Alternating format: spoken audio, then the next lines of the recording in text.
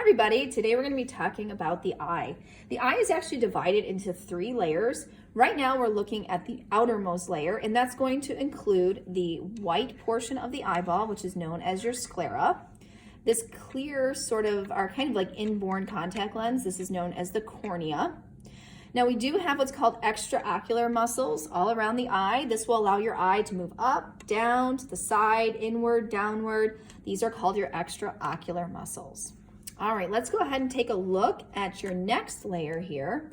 Your next layer here is going to be the choroid, right? This choroid here, this brown layer, is also known as the vascular layer. You can see the extensive amount of blood supply to this brown layer known as the choroid.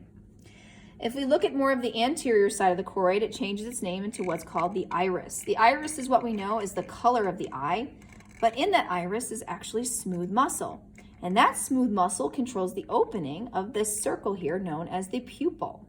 So when you shine light into somebody's eye, that pupil usually gets smaller, and that is known as pupillary constriction. That constriction is due to the muscle that's contracting within the iris.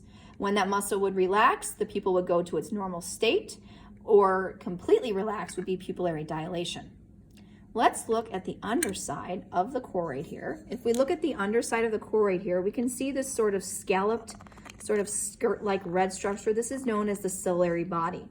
Now this ciliary body would attach via these white stringy things, these are called ligaments, to what's known as our lens. And our lens, when we look at things far away, our lens goes flat. And when we look at things close up, our lens bulges. So this ciliary body contains smooth muscle as well that contracts, pulls on the ligaments, and controls the shape of the lens. Now our last layer is this beige layer in here, and this beige layer is known as the retina. In the retina is where we have specialized cells known as photoreceptors. We commonly know them as rods and cones. They are going to allow us to interpret different colors and different tones. All of the information that's collected from light coming into the eye synapses on these rods and cones, and that information will travel out of the eye via the optic nerve here. That optic nerve would travel information to your occipital lobe of your brain.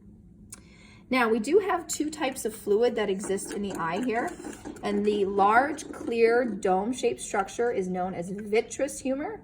This is something that you're born with. It's about the consistency of ultrasound gel. This maintains the shape of your eyeball. There is another fluid that is not labeled on this model, but it would circulate in the front here. This is called aqueous humor. Humor means fluid. And this aqueous humor brings in nutrients to some of these anterior structures, including the lens and the cornea.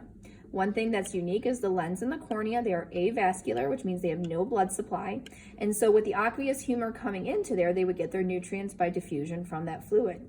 And because these 2 items are avascular, they are very easily transplantable. So a corneal transplant and a lens transplant is very easily done. When you have a cloudy lens, this is known as cataracts.